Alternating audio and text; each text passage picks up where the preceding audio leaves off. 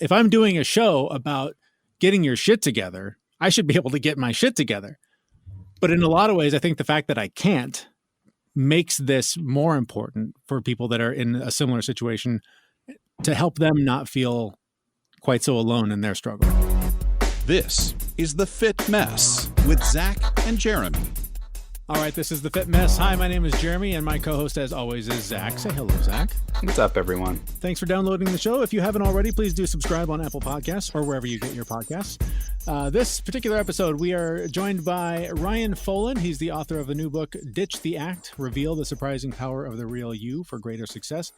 Sort of, I feel like it's a different sort of conversation for us because so often we do focus on either some sort of physical fitness routine or some sort of mental health routine. This one feels a little different for me because while it's about building your brand, it's really about authenticity and putting yourself out there. But Zach, you actually talked to Ryan on your own. I think this might be the first interview you did for our show on your own. Am I right? It was interesting because I remember going into the interview thinking about, the topics here are, imperfection, open about your flaws, authenticity, and that's all that was running through my head. I was like, I can't do this. I don't interview people for a living. This is crazy. So, right. But yeah, it went pretty well. The one piece that everyone will hear in a few minutes is the imperfection, right?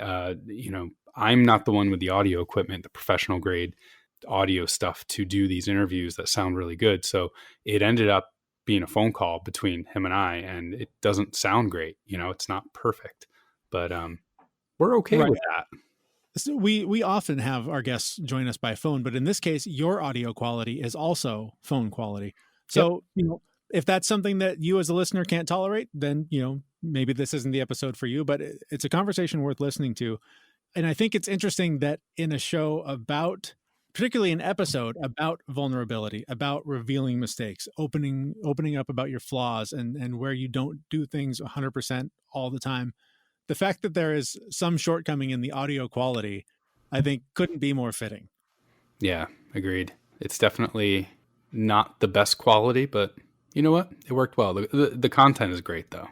I agree. And this comes at an interesting time because if you heard the last episode that we did, the challenge that we left each other with was working out more. Zach, I know you're getting over coronavirus or something horrible over there. I'm getting not over officially coronavirus, but it was pretty nasty. I'm getting over being lazy and trying to get working out back into my routine.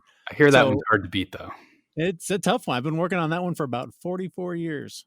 So.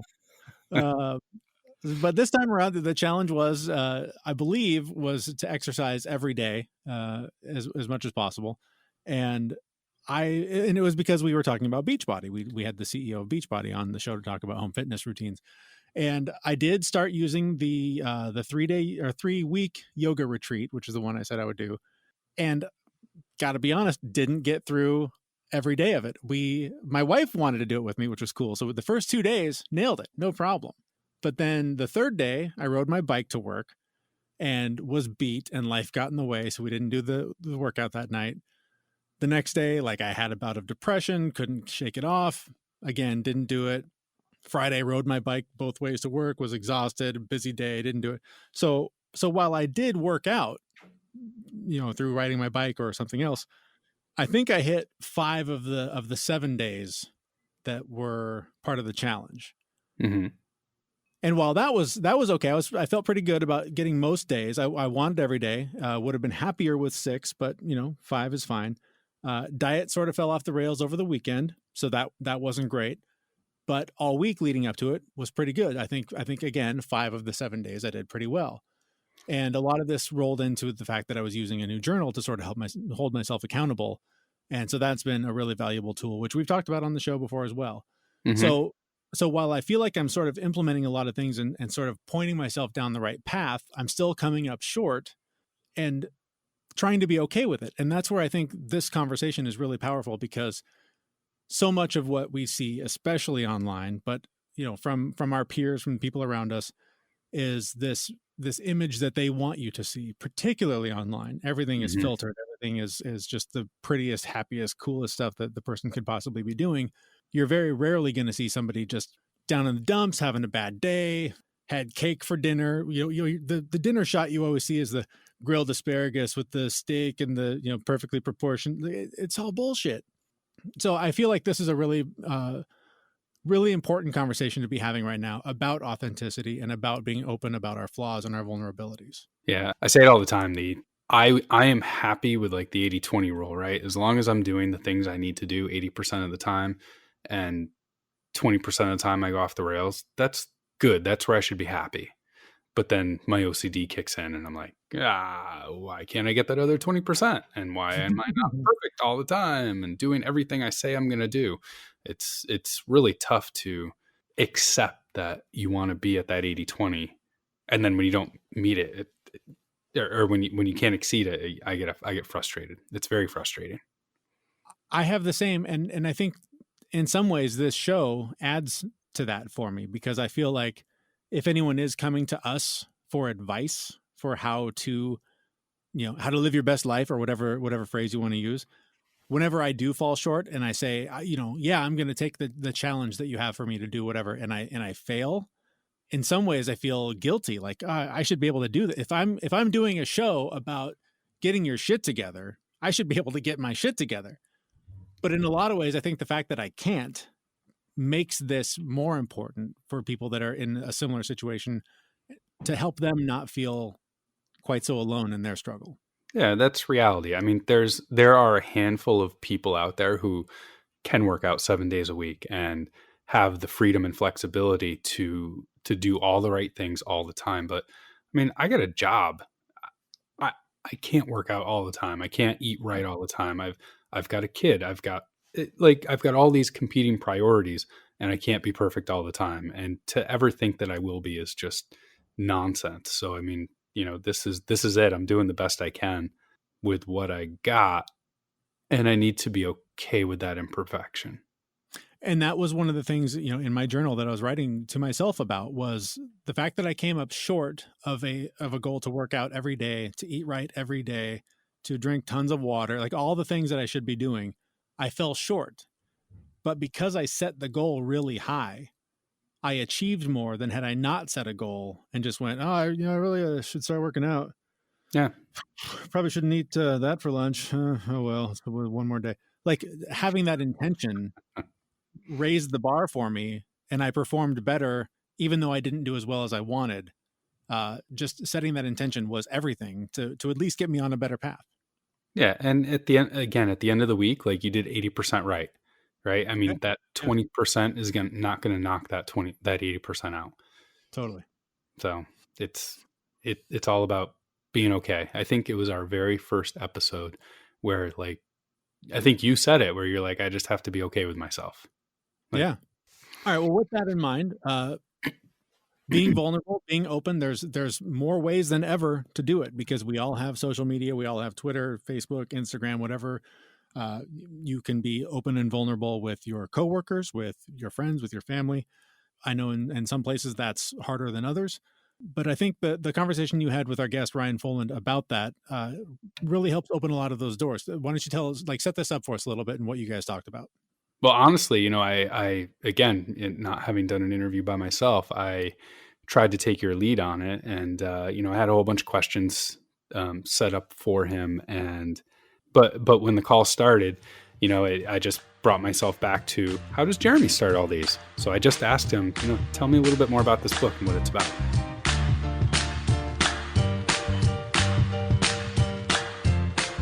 Yeah, the title was actually sold to McGraw-Hill as something different. And once we negotiated and we all shook hands with digital shaking hands and everything was set, then they're like, well, the title we like, but it's a little too risque for us. And the original title was Expose Yourself. Ooh. Now, we understand that it had a bit of weight to it, and this was really still being pitched while the momentum and movement with Me Too was really getting into its own, and I'm excited to see that continue to happen. But we weren't saying, like, expose yourself and get a trench coat kind of thing. At the end of the day, I mean, we really think that the best way to connect with people is to help them see themselves in your story. And the typical challenge that we face as content creators is that, why would we put our worst content forward? You just don't do that. You work on things and then you get them ready for the public and you share them. But in this book, we talk about the whole process of that creation, the good and the bad, the problems that you have from not getting enough sleep to being stressed out to the family issues that come up along the way. It's when you start to expose those pieces of your story that people start to go, whoa, you're actually a lot more like me than I thought you were, as opposed to, oh, look at what you're doing. I can never get to that level. So the idea of exposing yourself is really the core of the book. And in the original title is Expose Yourself, Ditch the Act to Reveal the Surprising Power of the Real You. And they're like, can we just get rid of the expose yourself? And we've gotten into a little debate, but it is about ditching the act. It's about whatever act you think you should be doing or however you think you should be posting. Like, no, just take that act off, take the mask off, and really your value proposition and how you connect with people comes from who you are. Otherwise, you just sound like everybody else, which just adds to the noise. Yeah, there's a line in the book, and you stole one of my questions. I was going to ask in more detail about what expose yourself meant, but there's a line in the book that says you've earned everything that you have by being the exact person that you are. And then you talk about sharing things with other people. Can you talk a little bit more about that line and what that means to you?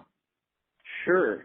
I think that society pressures us to have the next and newest thing, the version 2.0, the big nice car, what the celebrities are driving. There's just like this constant pressure that we need to achieve more, we need to be more, we need to strive for more. But if you take a second and you step back, you're like, look at what you have now and look at all of the steps that you've taken to get to where you are. There's always going to be somebody with more money. There's always going to be somebody that's younger than you, always somebody that looks better than you.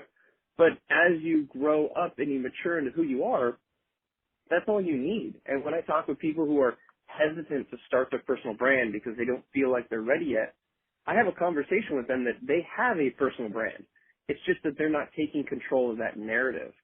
And when it comes to content that we are not sharing, sometimes that's the best stuff to share. Like when you lose your water bottle or you bump into a wall continuously, even though you know it's there. When you have a pimple that just is driving you crazy because you've got a photo shoot the next day. All the things that make you human. And I don't think that we're really trying to sell people on authenticity. I think people know and they want to be authentic, but they don't know how to showcase authenticity when everything else around seems like, everybody's just showing their highlight reel or the 1 out of the 100 selfies that they took. And so in the book, we talk about how you go about this in baby steps. And so we've come up with an exposure resume, which helps you tease out the really, really good stories that you're afraid to share with people because you see them as bad. And then we share with you how to release those in small chunks. So we have 5 levels of exposure. And there are certain things that you are scared to share for a reason, because you think they'll judge you or they'll look at you differently. So we're not just saying like expose yourself and dump all your dirty laundry out, but start to share the little things that go wrong during the day as a level 1. And you'll start to see that it draws people to you. I remember that I was speaking in multiple states and multiple flights, and this is at a point well before the book when I thought my success as a speaker was proportional to how successful people thought I was. Like, why would I even tell them that I'm tired, right? So Leonard pushed me and he said, dude, if you're tired, why don't you tweet out how exhausted you are and ask for advice? So I tweeted, I'm super exhausted right now, 3 cities, 2 talks, XYZ. Does anybody have any suggestions? That tweet just blew up because now everybody has a chance to be like, oh my gosh, Ryan gets tired too. Here's the essential oils that I use. I do this. And it just became this conversation around not speaking, not anything other than like how people can help support me based on how they deal with that. So as we start to share level 1, level 2 has to do with personal relationships. Level 3 can be more financial or other challenges that you face. Level 4 is like the big stuff that you're afraid to share, and level 5 is what not to share. So it really acts as a roadmap of sharing who you really are in a way that gets you out there so people can get to know you. And if people get to know you, then they have a choice of whether or not they want to like you. And then if they like you, then they'll trust you. And it's really, if you think of your closest friends and your family, you trust them because you know them and you know how they respond in situations, both good and bad. So there's my long, excited, drawn out answer. That's perfect. I love it. So you mentioned one of the steps is what not to share. And through this show, Jeremy and I have been sharing a great deal of information about ourselves that in the beginning we were very anxious about and very scared about it, but I think we're coming into our own. I would love to hear a little bit more detail on, for anyone who's listening who's thinking, you know what, I'm going to start sharing with people. What shouldn't we share? What's that step 5 kind of look like? Yeah, so at the end of the day, what not to share is things that have to do with your ego. So this is one thing that can become a trap to where you talk about how successful you are or the fancy cars that you drive or the exotic toys that you own. Mm-hmm. Now, it's not to say that you can't share about that, but when you're sharing to basically say like, hey, look at me in my new Ferrari or look at me with this, like, even though it may feel like something that is good to share, it's what's going to separate you. It's going to make people be like, this person's just humble bragging, or they're trying to be more than they are. Mm-hmm. Now, for example, for me, I love sailing, and I'm usually on these really cool, amazing sailboats. And I'm not like taking a selfie in front and being like, boom, look at my new boat. I'm like talking about the experience and how fun it was to get on the ocean and things like that. But when it's just sharing for ego's sake, it's the wrong. Right. Also, politics. Now, I think everyone should voice their opinion and be political if that's what they're passionate about. But you have to understand that when you start to share about politics, you will have some people who don't like that. You will divide. It's about not creating that division. So on my Twitter, I have zero tolerance when it comes to talking politics. Now, it doesn't mean that I don't have my opinion and I don't spread my influence how I can, but I don't get into politics online because it's very divisive. So be careful with that. In the same context, when it comes to religion, talking about religion can really create separation between people as you're gaining following. Now, if this is part of your brand, it's what you're doing, that's fine, but just know that if in your title you talk about, Jesus and God and whatnot, that might put an arm's distance between some people who you might want to connect with. So just be careful about that. Sure. Also, you got to be careful about anything having to do with sex. And, this is one that is probably common sense, but it's still amazing. People send pictures of their genitals. Like, even if it's privately, don't do that because you have no idea where that's going to end up. And we've seen time and time again that it can be a PR nightmare for you. Sure, that's the time when copy and paste is not your best friend. Exactly. Or screenshots, right? Yep. And then finally in level 5, you have to be careful about sharing things that go against your employee agreement or if you're contracted by somebody, right? Yep. So if you have an employee agreement that there's a certain standard that they say you can or cannot create posts around this information. If you're not aware of that and you post that, that's the wrong thing to share. So stay away from ego, politics, religion, body parts, and things that your employer would come back to bite you for. All right. For me, that leaves a whole lot of, with those things aside, that leaves a whole lot of content of failures and areas where I have fallen down. So I still have a little ammo I can talk about. You've got tons of ammo. I see you as like Rambo with your ammo across the chest. We all wear it. We just don't share it. Yeah. And it's hard to share. Like, I do have to admit, like starting to talk about failures and where I've fallen down, it's, you battle with the ego quite a bit and it's difficult to start doing, but you said it in the book that, when you talk about being vulnerable, when you talk about, your failures, you get the opposite reaction of what one would expect. Like I would expect people to, turn away from me, but instead it actually caused them to be more interested, to want to get to know me better. It's incredible. Yeah, and if you think about it in a situation offline, and you have a friend that calls you and says, hey, can I talk with you about something that's bothering me? You're going to listen and you're going to give the best advice. You're going to find a story that's relevant from your past. You're just going to be there for them. You're going to say, let me know what else I can do to help. Like intrinsically, we have this desire to help people when they open up to us and they share with us. Because when you share something like that, it shows that you're trusting the person that you're sharing it with. And so by you sharing some of these vulnerable moments, your audience is going to be like, whoa, like they're going to feel like you are giving them a certain amount of trust, and it is the opposite reaction than you think. They're not going to laugh and point fingers and throw stones. A lot of times they're going to message you publicly or even direct message you privately and really be there as just a support. And you don't always have to take them up on it, but as you start to share things that are going wrong and you get the support, it shows you firsthand that this really is a way to connect with people. Yeah, it definitely is.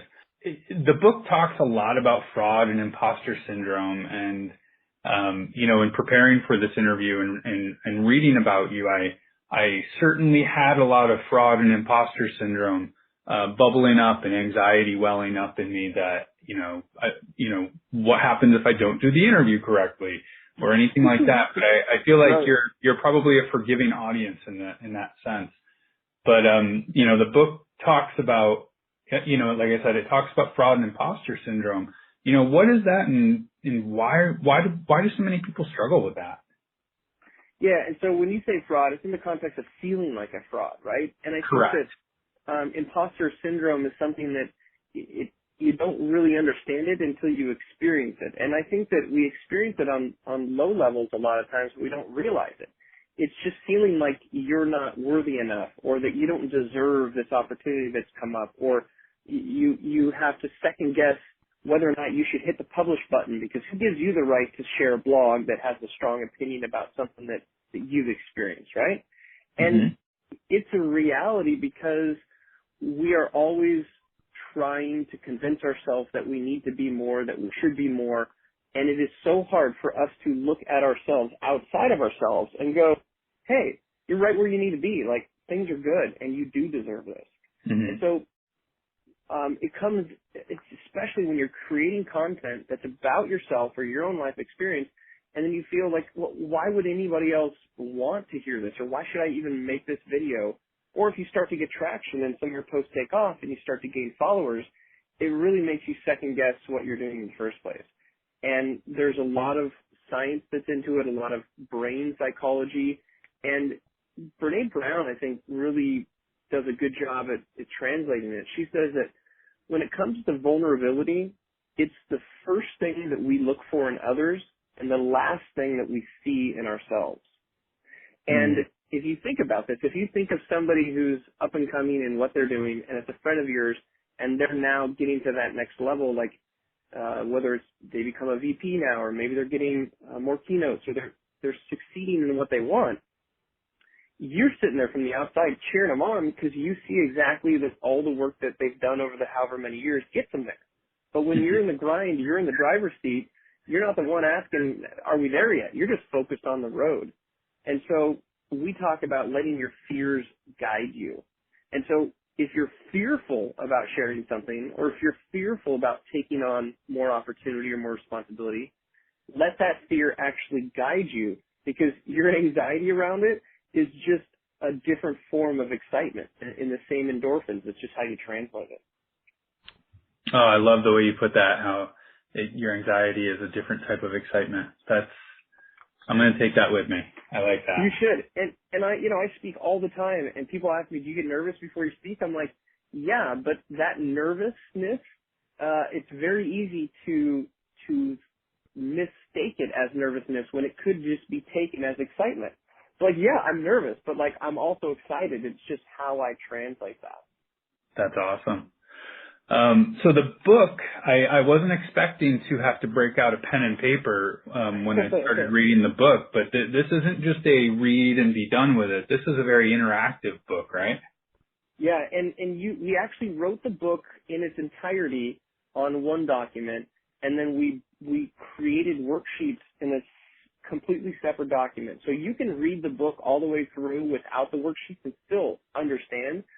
But most books do that. And then you're like, well, I get it. You've sold me on this idea, but now what? Like, I know I need an authentic bio. So now do I have to go look for another book to write a bio?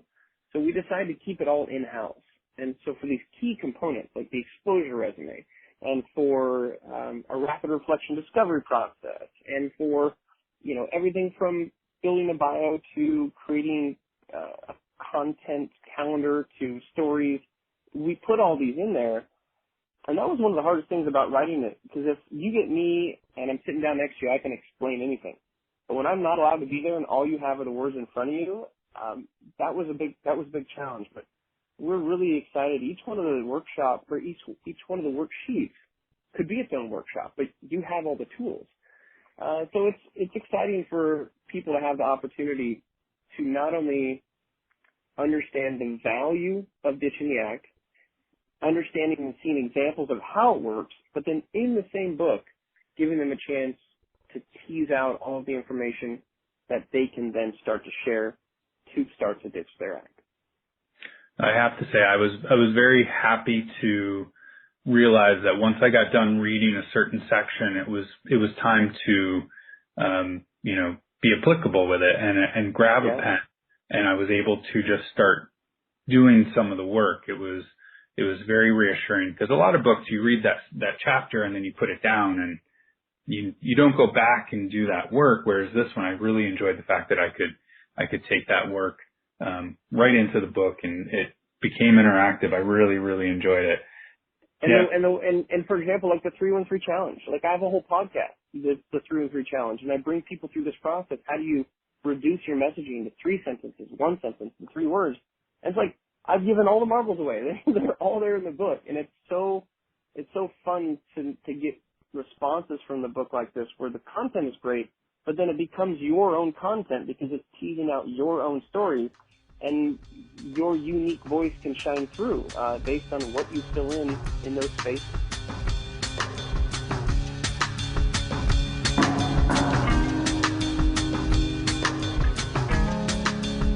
Our thanks again to our guest, Ryan Foland. He is the author of Ditch the Act, Reveal the Surprising Power of the Real You for Greater Success. And, success is such a relative thing. You can apply that to just making friends, to being a better person, to your actual workplace. I don't know about you Zach. I can, in my workplace, and really just kind of in life, I find that I have way more success in being honest about my shortcomings in my job. I'll be the first one to tell someone when I don't know what I'm talking about and where I think I need to default to somebody else for their expertise. I'll say to somebody, I don't fully get what we're doing here. Can you explain it to me better? Because if I fake it and I'm like, pretend like I know what I'm doing and then do it wrong, that's way worse than if I'm just open and go, no, teach me. I'd rather not be an idiot here. Yeah, I've experienced that too at work. I think it is, like 90% of my job is talking to people and consensus building and making sure that everyone is aligned and on the same page, and then getting everyone in the same room and agreeing on it. But it's really helped me to, even if I am an expert in a particular topic, I will go into the room and play dumb, right? And tell whoever the expert is, hey, can you explain this to me, but use really small words because I need to be able to understand it, and coming out and letting people know that you're not perfect, or you're not the smartest, or you don't know what's going on, and letting them be an expert and be authentic about it themselves is really, it just builds a whole lot of powerful relationships at work, for me anyway.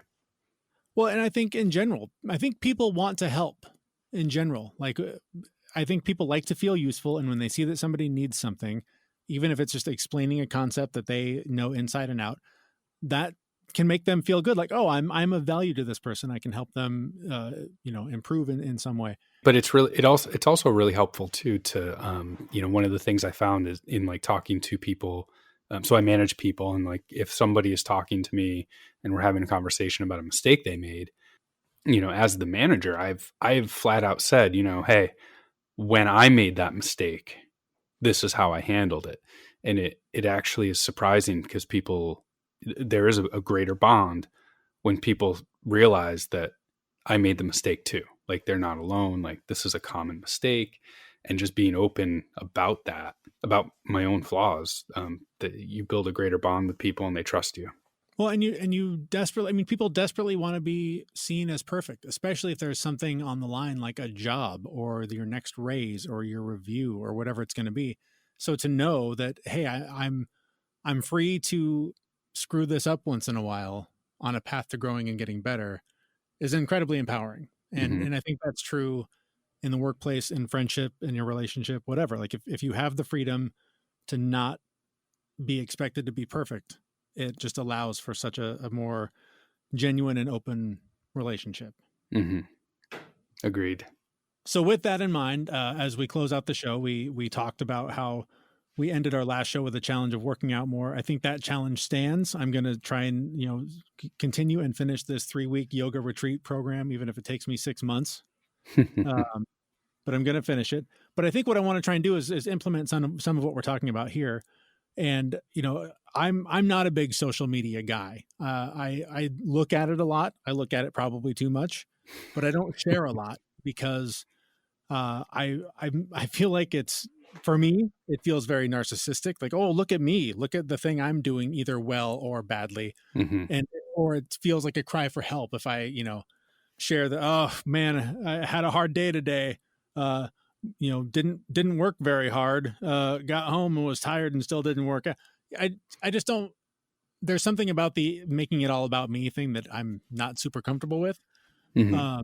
So my challenge, I think, to you, because I think maybe we both share that to some degree, but I think even more to myself, is to every day post something about this effort that I'm doing to implement more physical exercise into my routine, whether it's my successes or my failures.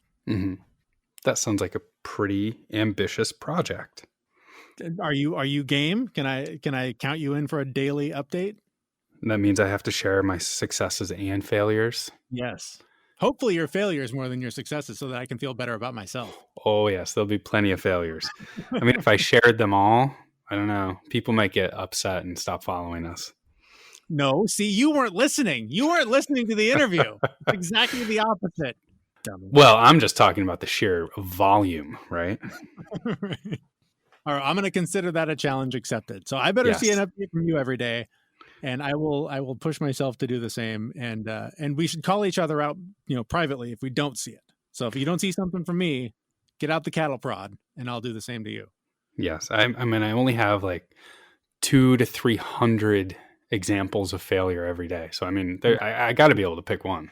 Just pick one, no problem. Yeah. All right. If you're interested in the book that we talked about, Ditch the Act, we have a link to it on our website for the post of this particular episode, which you can also find at our website, thefitmess.com. And you can follow us online, where we'll be posting daily updates, at least throughout the duration of this challenge. We're on Instagram, Facebook, and Twitter. All of the links, again, at our Facebook or at our website, thefitmess.com. Thanks so much for listening. He's Zach. I'm Jeremy. And we'll see you again here at thefitmess.com in just a couple of weeks. See you, everyone.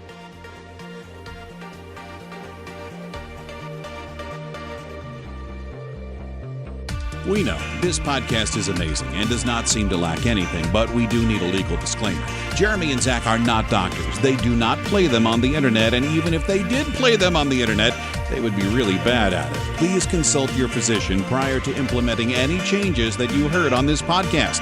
The listener assumes that Jeremy and Zach do not know what they are talking about and that you will do your own research on the topics talked about on this podcast.